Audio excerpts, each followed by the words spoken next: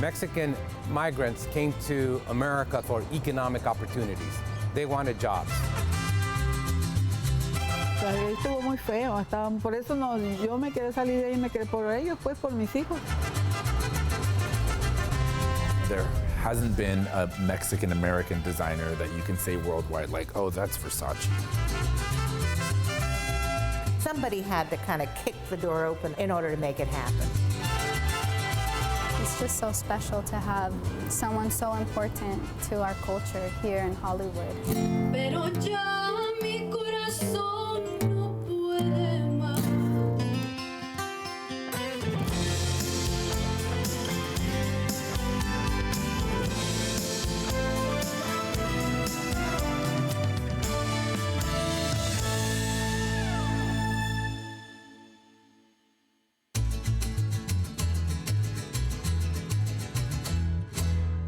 Estoy sacando la cazuela para hacer las quesadillas y la olla para hacer el atole.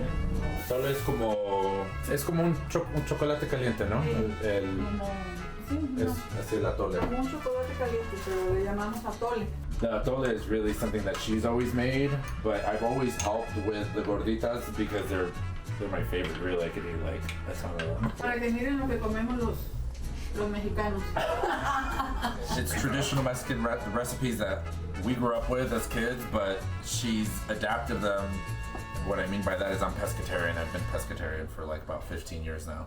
And so I don't eat meat. And this dish, which is my favorite growing up as a kid, I always had it, has chorizo in it. And chorizo is traditionally pork. She discovered chorizo, which we use now, you know, and I love that she's adjusted and adapted recipes according to like modernize them, I guess you would say. She's modernized the traditional Mexican recipes to make her son happy. Right, Mom? Mm-hmm. She's like, Happy, happy.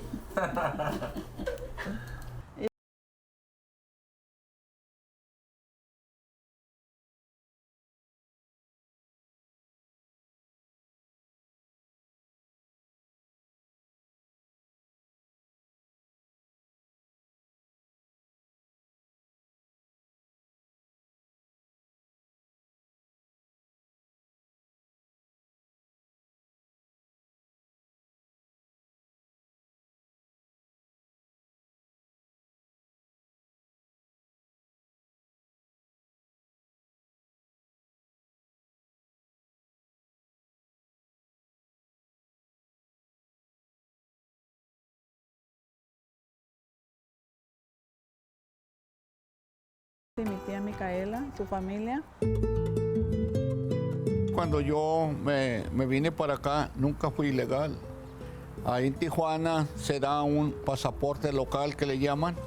Saca uno ese pasaporte y podía cruzar uno la frontera y venir. En el tiempo que yo lo saqué, podía venir uno hasta Los Ángeles. Pero yo nunca quise cruzar así ilegal. Dije, no, yo me voy a esperar pues, lo que se tarden en arreglar, en que me den el pasaporte y ya me paso. Entonces en ese tiempo tenía un amigo que estuvo conmigo en la casa cuando estábamos en Tijuana y yo les ayudé a arreglar el pasaporte y ya se los dieron, y cuando ya se lo dieron a él, me vine para acá y él se juntó con su señora, la actual, y tuvo una niña. En el bautizo de la niña esa fue cuando la conocí yo a ella. Y desde entonces me echó el ojo y ya no me dejó. Por más que me lo escondí, nomás no. Iba. ¿Cómo? Y yo me escondía, yo no, decía, ay, ahí viene ese señor, ay, no. Dije, bueno, pues le voy a calar a este hombre pues tan insistente. Y mira, hasta aquí estoy. Insistente, no me dejaba en paz, iba, y yo me le escondía y dígale que no estoy. Se escondía, pero sacaba la cabeza para ver a qué hora llegaba.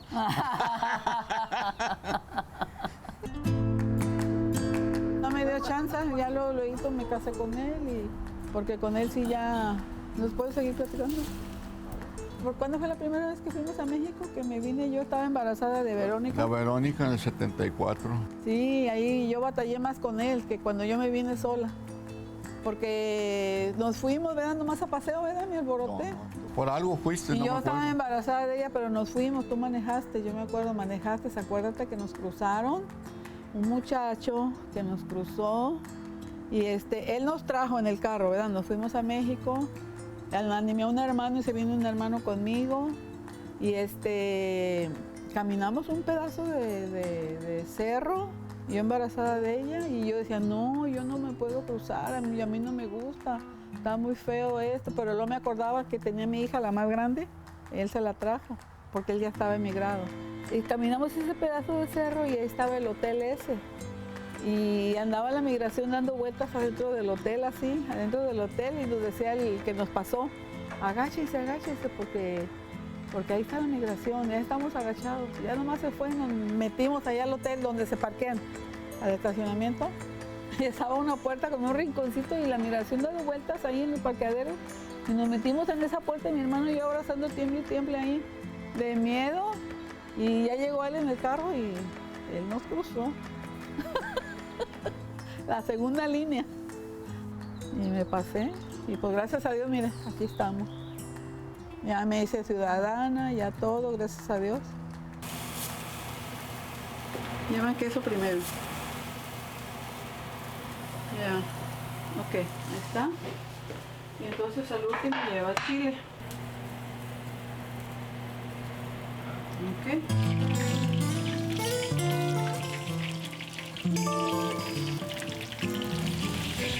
Esas son las quesadillas. Cuando estaba yo chiquillo, yo quería venir a ayudarla a cocinar y mi papá no me dejaba. No. I would watch her and I'd be like, oh my god, I want to help. I want to be a part of whatever she's doing that looks so good because I love cooking. And I would want to help and I wasn't allowed. I wasn't allowed in the kitchen to help. It was a female thing, as I was told. And so if cooking was an issue, designing clothes and making dresses was definitely going to be a big issue. So it was something that I hid. Cuando yo supe pues, que le gustaba eso, o hacer sus diseños y todo, fue mucho trabajo porque nosotros no le podemos ayudar a que tuviera una carrera grande, que él estudiara, que él aprendiera. Como quien dice, él aprendió solo de chiquillo. Él fue mirando y me da mucha tristeza. Sabía cómo, no nos pedía, no, mami ocupo esto, no, él solo, él sabía qué hacer, él sabía cómo le hacía y eso a mí me daba mucha tristeza, pero pues qué hacíamos, no podíamos, para pagarle una carrera de eso también salía muy caro, tampoco no podíamos apoyarlo, así es que él se apoyó en él mismo, porque pues a él le gustó eso de corazón. Mi papá era sastre, ¿eh? Y yo pienso que también de ahí salió porque mi papá hacía trajes, cosía. También él cosía. It makes me a little teary-eyed to hear her talk about how they couldn't give me like the best education in fashion. I was literally that kid, you know, when they talk about the kid who was like in his room with the sheets over my head with like a little lamp, like hand sewing, hiding it from them.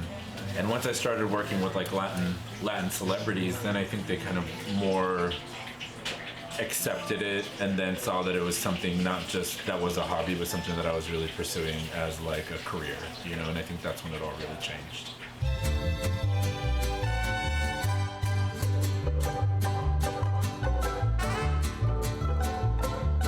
Thank you, Mama. Thank you. Provecho. Provecho, chicos, disfruten. Provecho. Gracias. Salud. Gracias, Martita.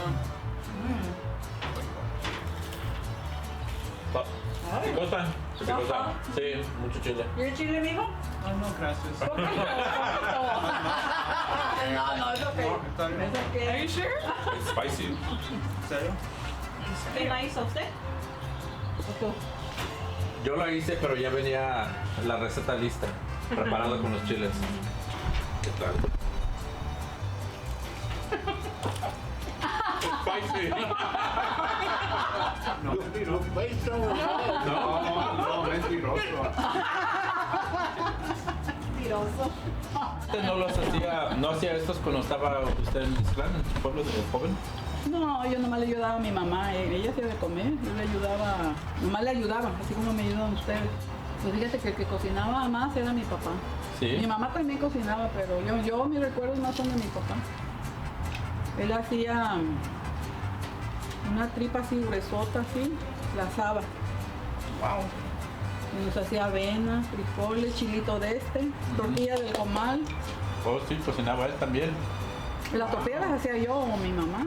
Él no hacía las tortillas, pero él cocinaba. Todo le queda bien sabroso.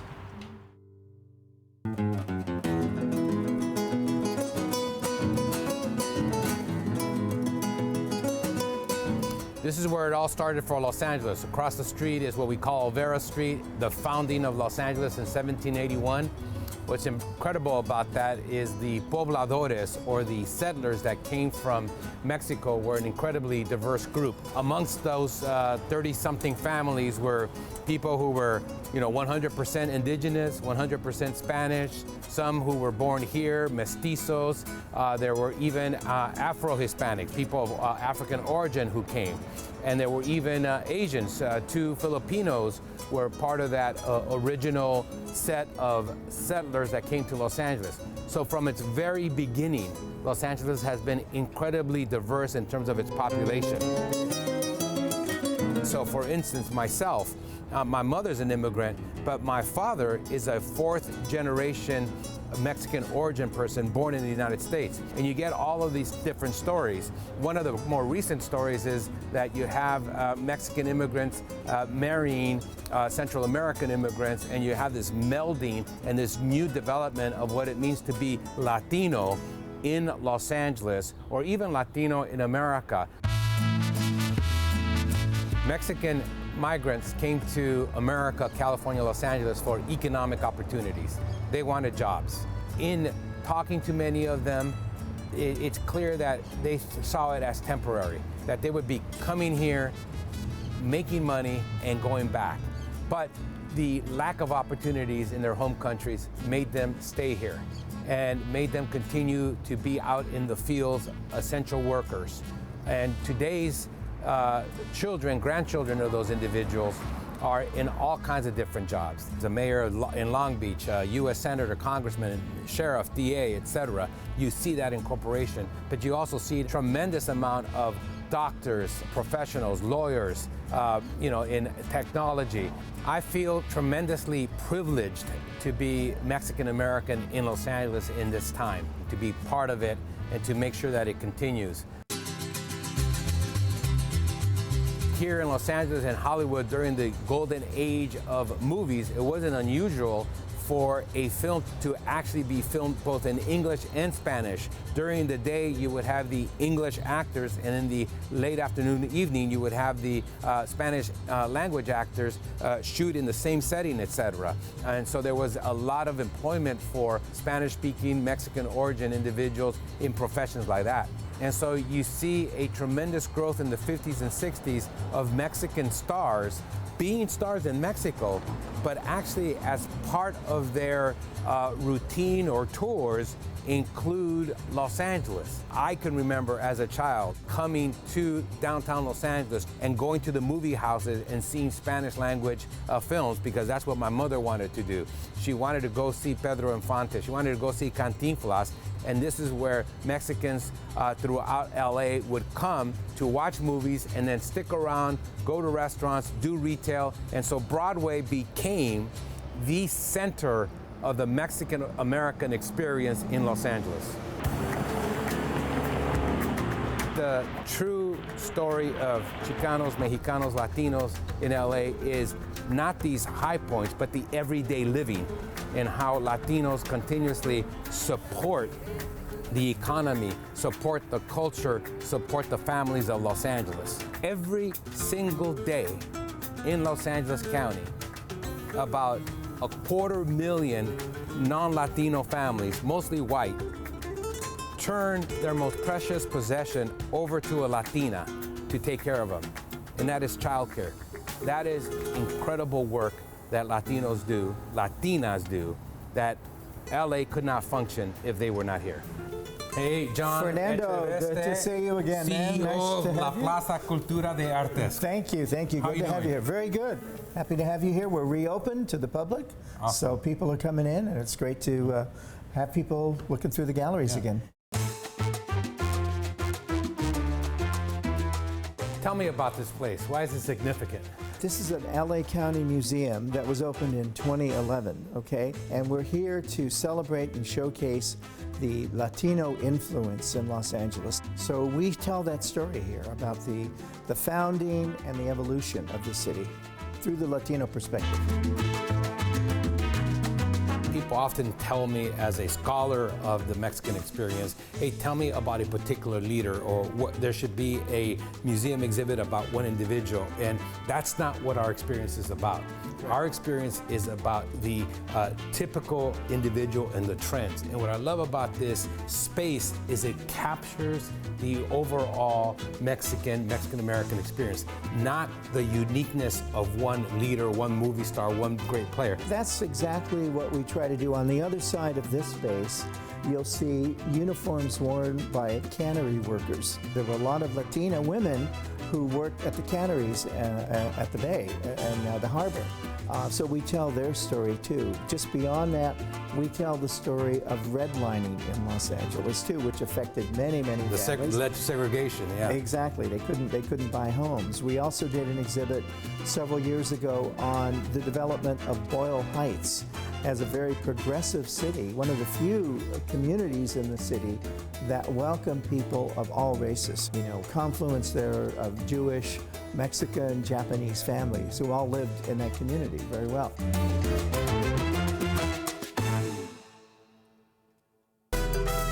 I didn't go to fashion school. I'm self-taught, but I've worked really hard for everything I've done.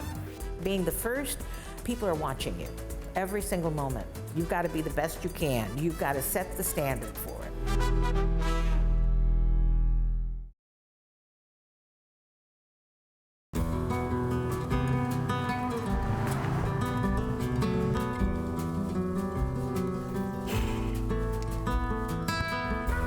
Thank you, Mama. Thank you, Mama. Gracias. So good. Bueno.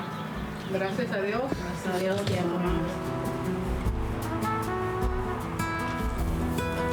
¿Salsita?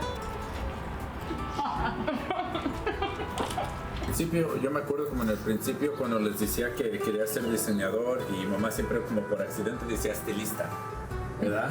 Siempre decía estilista y yo me siento como que por mucho tiempo no entendían lo que, porque yo pienso que yo también entendía lo que yo estaba tratando de hacer con mi carrera.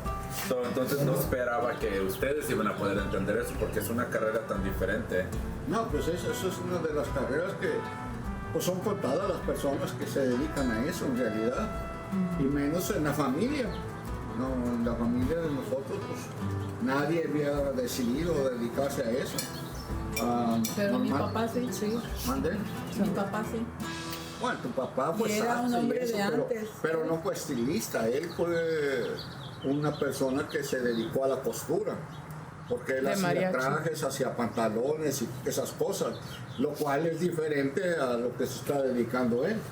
Y sé cuando pensó que lo que yo estaba haciendo no era nomás ahora algo que me gustaba, pero era más como algo más serio. Pues yo lo miraba muy difícil, porque son carreras que están muy competitivas y no tienen muchas puertas abiertas. A mí me gustaría que hubieras agarrado otra clase de profesión, donde pudieras sobresalir rápido. Y contigo, con esta carrera, para mí se necesita mucho dinero para poder sobresalir. Y no nomás estamos hablando de miles de dólares, sino que ya de $500,000 para arriba. Yo lo que siempre he querido es tener una carrera para siempre. Yo quiero tener 70 años y todavía estar en esta industria. Lo miro yo como mi trabajo ahora. No, pues ya no lo miro como... Es tu trabajo. No lo miro como ahora, yo miro es como yo como, es como yo vivo, es mi Es tu vida. Es mi vida.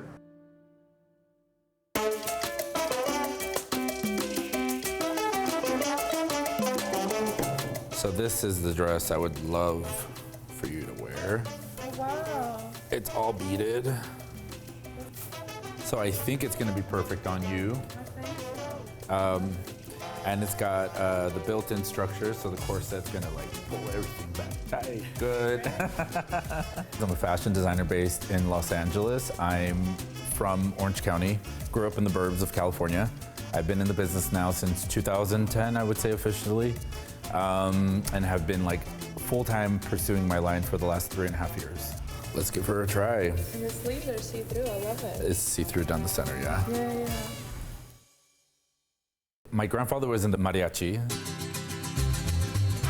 I never got to meet him, but I've heard so many stories about him, and I've heard that he also was a tailor and worked in sewing, and so that everyone in the family says that that's where I get my, my passion for fashion. That's so cheesy. I hate saying that saying, but really that's where they say like it all stems from. I work on evening wear, and you think like, oh, evening gowns are so intricate and so. But a suit is really a lot of work. And I do know that a mariachi suit has a lot of embroidery and a lot of hand work. So all of that hand detail is really impressive because what you see on there, a big majority of that is handmade. What do you think? I love it. Yeah, it looks beautiful on you. And the body shaper was fine? The garment built in? Yeah? Nice. It felt good? Yeah? Okay, great. It's a good idea. Yeah, you like that? I haven't seen that many dresses With it? Yeah. Built into it? Like now I'm analyzing everything on it. I first started in fashion like wanting to pursue fashion. I didn't really know how to go into fashion. I really didn't know a lot about fashion. I was a really young kid, maybe like about 13 years old, and started partying and going out at a really young age. And I met a group of friends that were all into the underground culture and were really big fans of fashion designers. And so they were kind of like, you should really find out more about these designers. And they taught me about like Jean-Paul Gaultier and Vivienne Westwood and like Thierry Mugler, these really amazing designers. And so I started researching and finding out more and more. And the more I looked into it, the more that I was like, oh my God, I love fashion.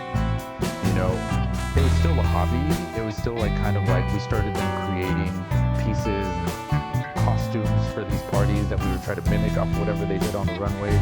It was still kind of like something I really admired. It wasn't really anything that I knew that I would pursue as a business.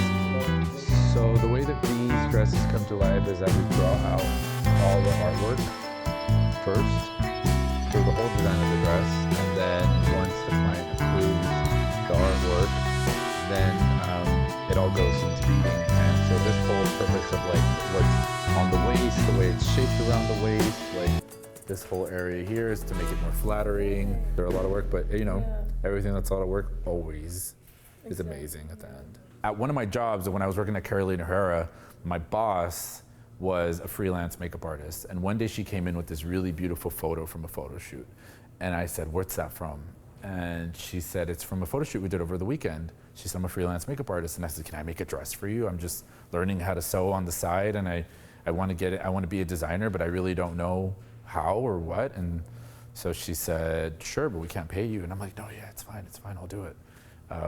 Stapled, like glued, did everything I could to hold that dress together. It was the first dress I ever made, but it looked beautiful in the photo. And then I just started shooting with them, and then I started meeting more people, and it just started growing from there. And then it just started evolving more into like an actual business.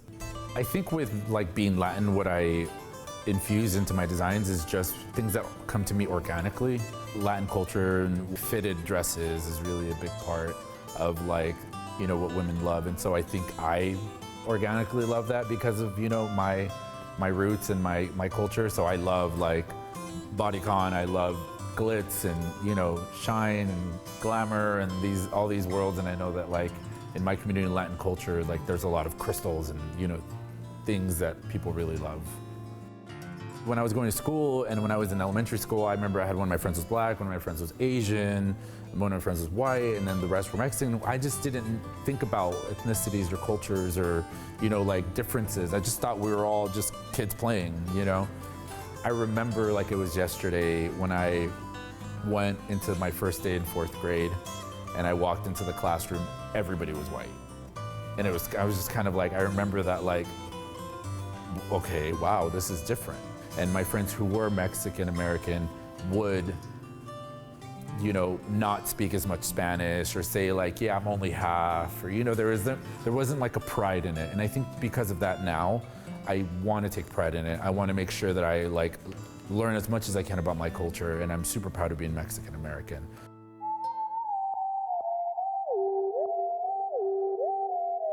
I've been really lucky and blessed to dress some really amazing celebrities. I recently worked with Nati Natasha in Miami. We've dressed Nicki Minaj, Khloe Kardashian, Kylie Jenner, Justin Bieber, Usher, Fergie.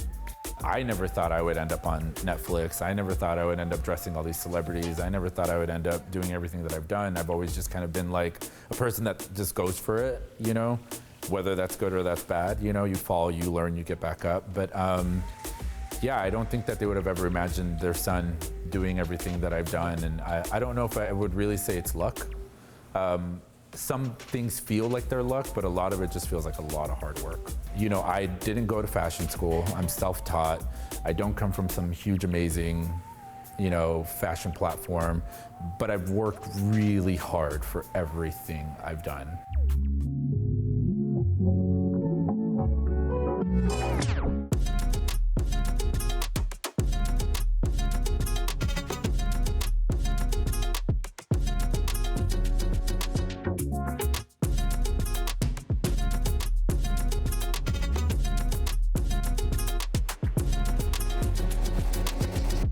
There hasn't been a Mexican-American designer that you can say worldwide, like, oh, that's Versace, oh, that's Gucci. And my goal is to show that you can, one, be a designer that doesn't come from a really amazing, huge, famed fashion school. You can be self-taught, work hard, and do something that people don't expect of you. My whole goal in everything that I do is to break molds. I've never liked molds. I want to elevate the brand to a place where it's like the ultimate of what I can do with it, within my resources, my power, and my hard work. So this country is a big focus with my brand, but worldwide is really what I want to do with it.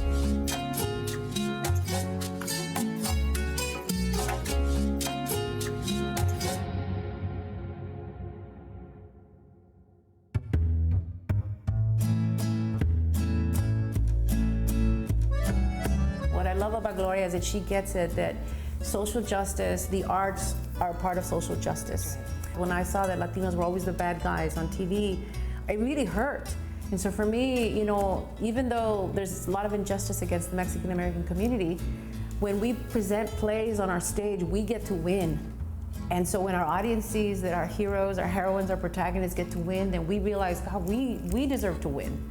And we're willing to take on bigger fights, or at least believe in ourselves. The arts are a way to process, to understand, to make sense of experiences, both positive and negative. And so I feel so strongly that organizations like Casa 0101, like Self-Help Graphics, and the people who ensure that those spaces are sustainable are providing a critical support system in our communities. It sounds very dramatic, but I said, had I not kept a journal, had I not written a play, I would not be here. So this is why I am absolutely committed to the arts, because I know the arts saves people's lives, because it saved mine. And it heals the soul, as they say. I mean, it's important. I'm a quilter, it's my art, and I find it great for my mental health. It's what I do. But I love seeing is people being validated every single day by the arts. That's important, really important. This is a Lone Star quilt. This is a Native American design. Native Americans got involved in quilting along with the frontiers women when they came across to the West. They learned, and this is a design that they created, and it's been a part of quilting history for a long time.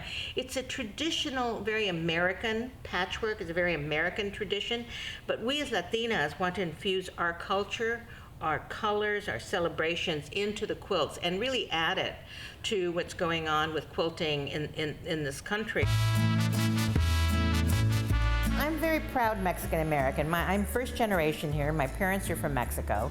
But really, coming here and being first generation, a Chicana is a very, very unique term to many of us who are not, you know, treated appropriately as U.S. citizens. We still are minority. And so a Chicana was somebody who was an enlightened individual who now was involved in the community and protesting many of these issues and getting involved in activism. Many of our young men, the Chicanos, were being sent to Vietnam. They were on the front lines. And we were losing so many of them. So we were part of an anti-war movement.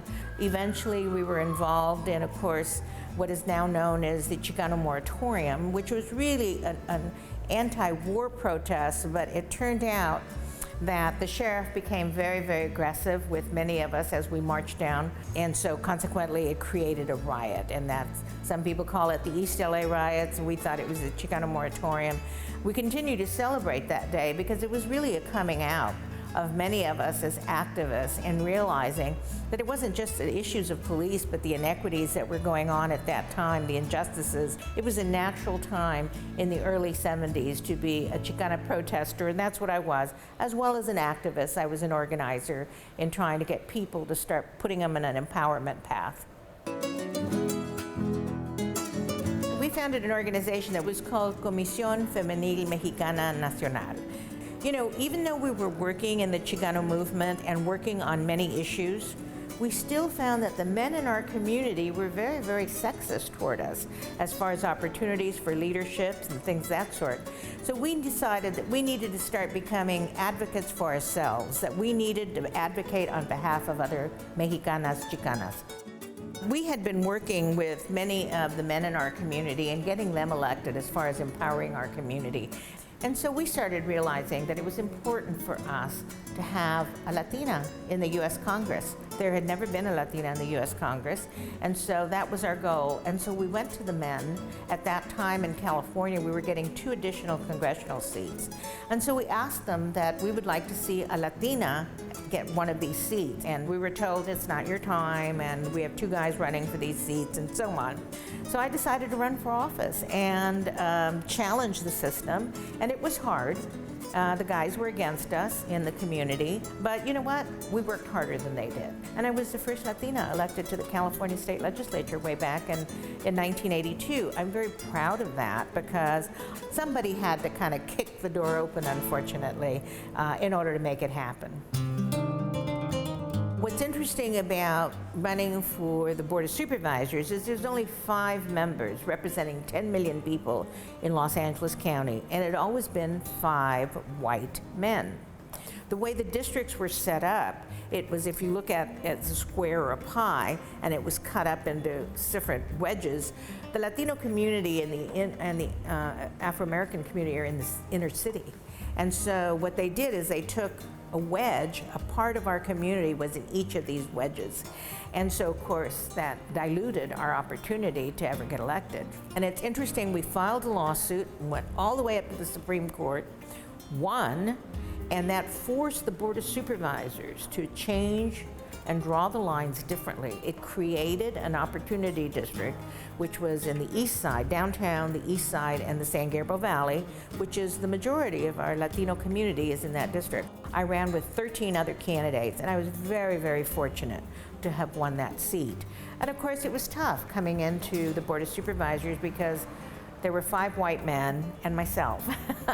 And so I really wasn't very welcomed at all. But I had a job to do. I've always, wherever I've gone, you know, whether it be the White House or whether it be the state legislature, I kind of focus on what I need to do, and I'm not going to worry about what others think or what they think of me. And of course, being the first, people are watching you every single moment. You've got to be the best you can. You've got to set the standard for it. And I'm very proud to have served all of those years. And I think children, young women had to see a woman in one of these roles. That's aspirational, and that was important for me. And I think it's important to all of us. And I think that's what I was trying to say to the staff at the Carter White House, is that having a Latino on the cabinet is really significant to tell all of the U.S. that you are going to be an inclusive government, that you're about everyone. And so having people in positions of power were very important. So certainly as a child, I had all of those dreams.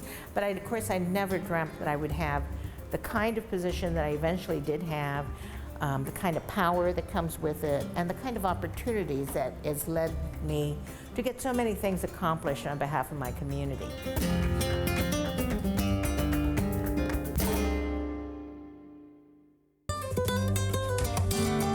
So when that gang would shoot into this street to try to get the gangsters in the street, we were the corner house.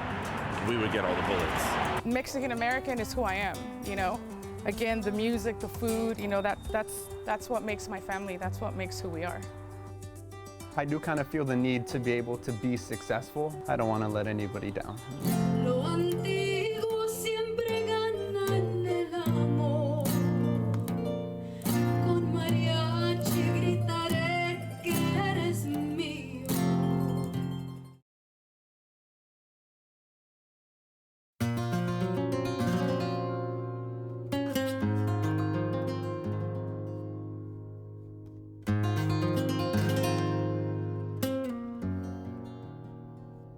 Pues ahí en la Golden West fue lo duro. En Golden West, banda contra banda, balazos y con metralladoras se agarraban. O sea, ahí estuvo muy feo. Por eso yo me quedé salir de ahí, me quedé por ellos, pues por mis hijos. Y pues ya gracias a Dios que pudimos comprar aquí, ya nos los pudimos sacar de ahí, nos los trajimos para acá. Y así fue. Pues toda la vida batallándole, ya ve que así es la vida. Todo el mundo le batallamos, pero está pesado, estuvo duro.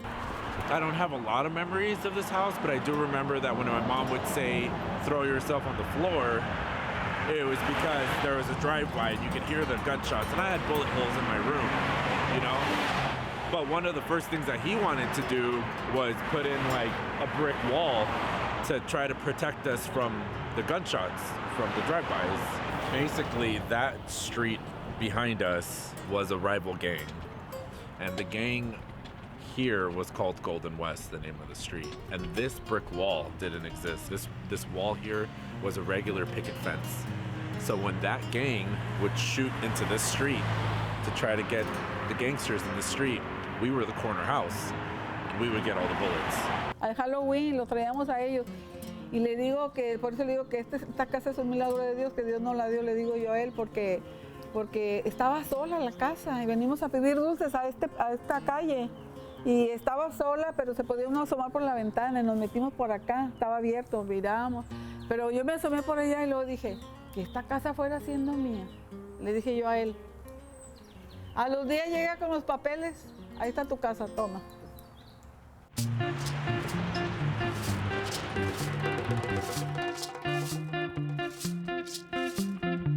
I love how I can express myself artistically and I can work with my hands.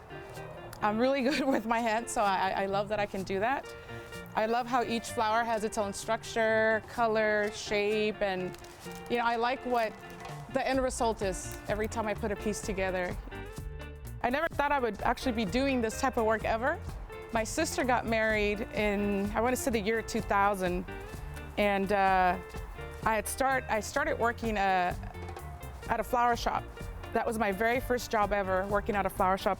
I learned all of my basic training there. My sister gets married. I did their wedding.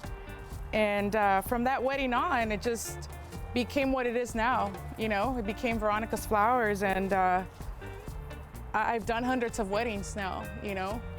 But never did I think it would take off to be what it is now.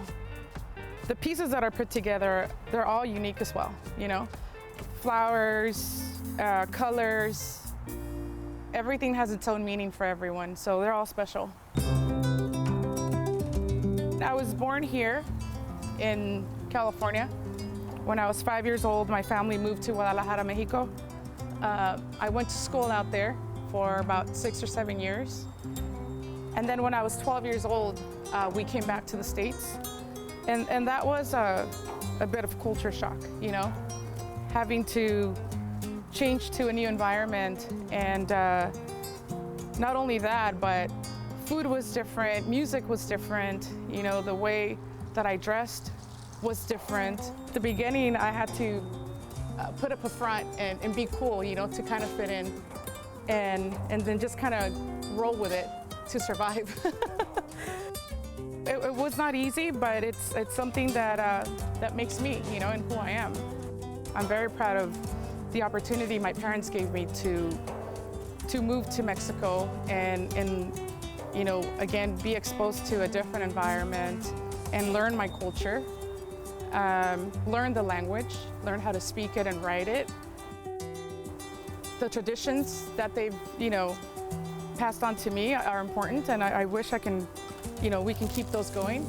Mexican American is who I am, Again, the music, the food, that's what makes my family, that's what makes who we are.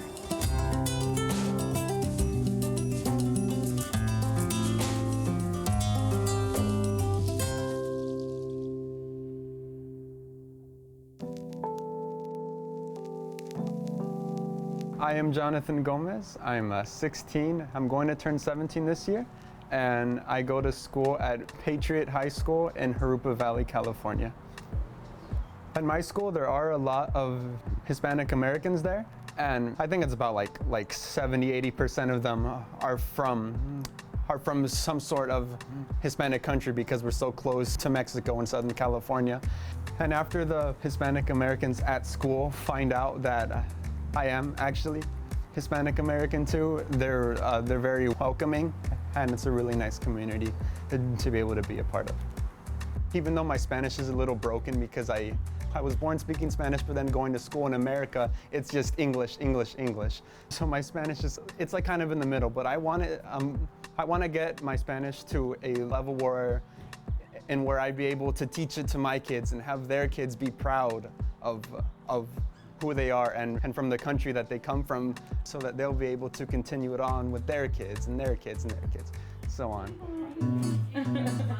When I think about my grandparents, I see really hard workers who sacrificed a lot in their childhood and in their life in order to make the lives of the future generations a lot easier for us. So I'm really fortunate, and I'm glad to have them as my grandparents because I know how much they've done for us. My parents, they want me to go for what I want to do. They want me to succeed in something I'll be happy in. But yeah, I do kind of feel the need to be able to be successful because I don't want to let anybody down.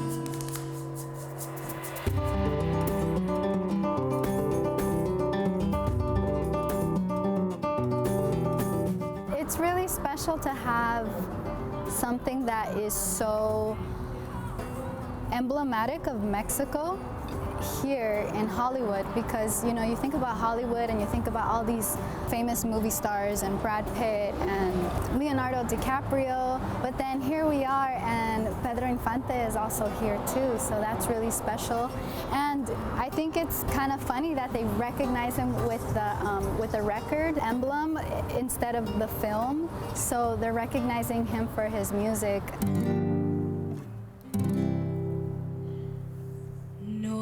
Es normal que te traiga serenata, pero ya mi corazón.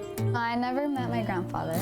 I wish I had, but he died in 1957, so long before I was born, and my dad was only 7 years old, so he was just a little boy.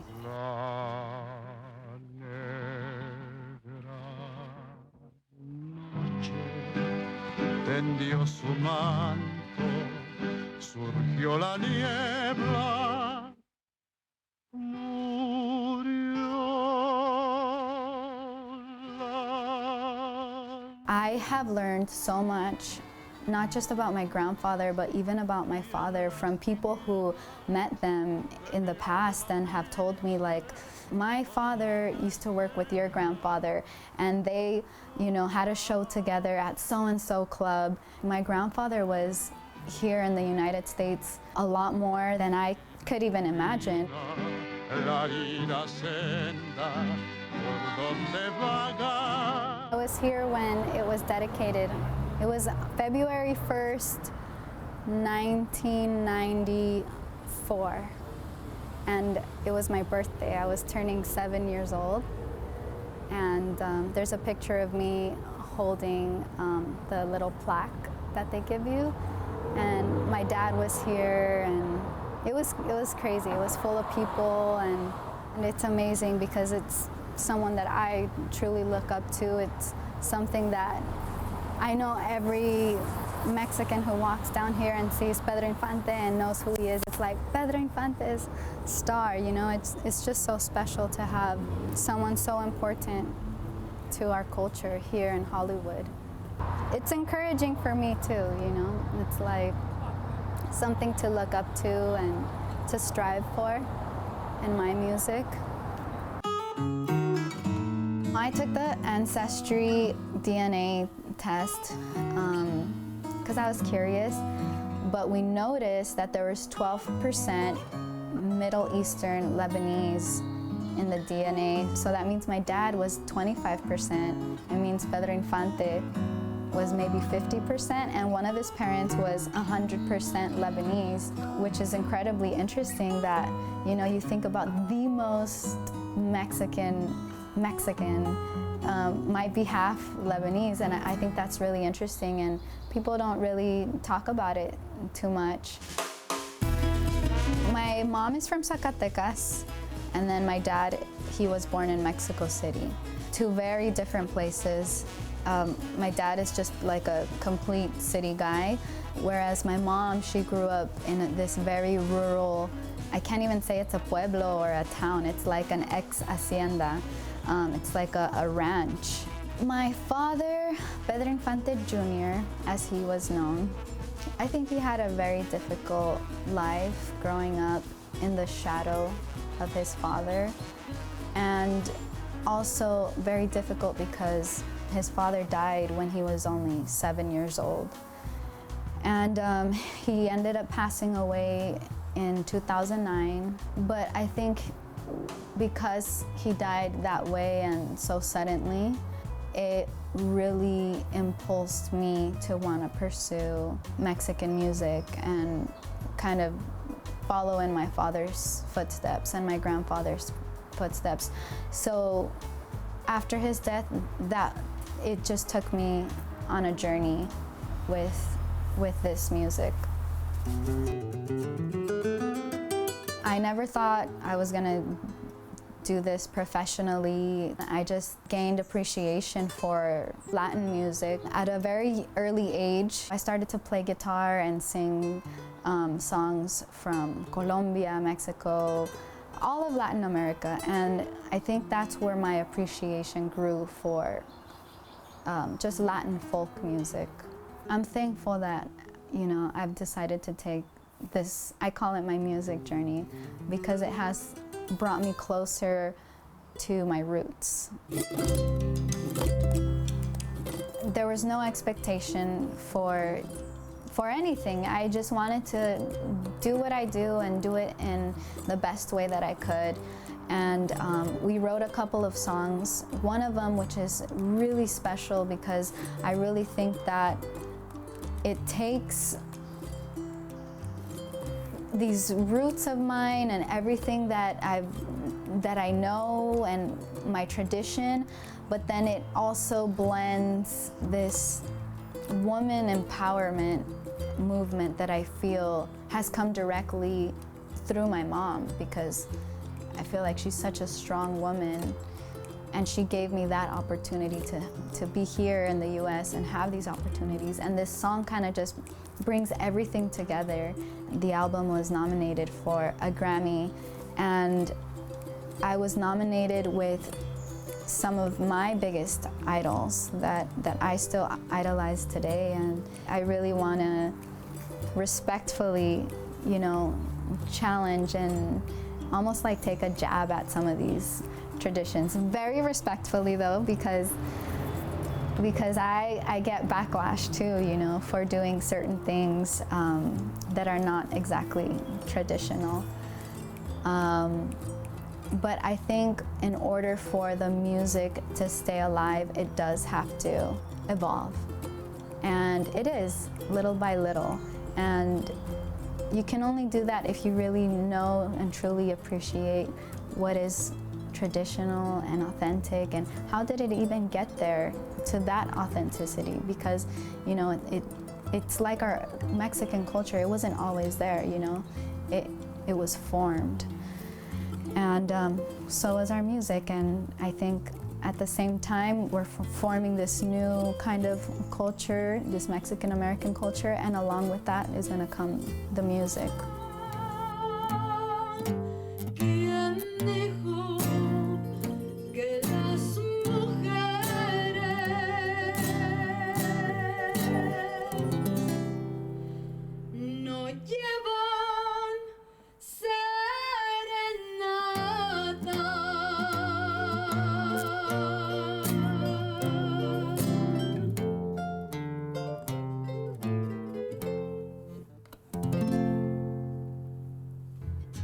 In Mexican music, you have the African root, you have the indigenous root, and then now in the case of my grandfather, you know, you add a little bit of Middle Eastern Lebanese to that, and then now we're gonna transfer all of those and put it here in LA and mix it up even more. So that's mestizaje, is just kind of a melting pot of culture. I think that's one of the most beautiful things about Mexican music, is that you do have all of these roots, and you could see them if you really pay attention.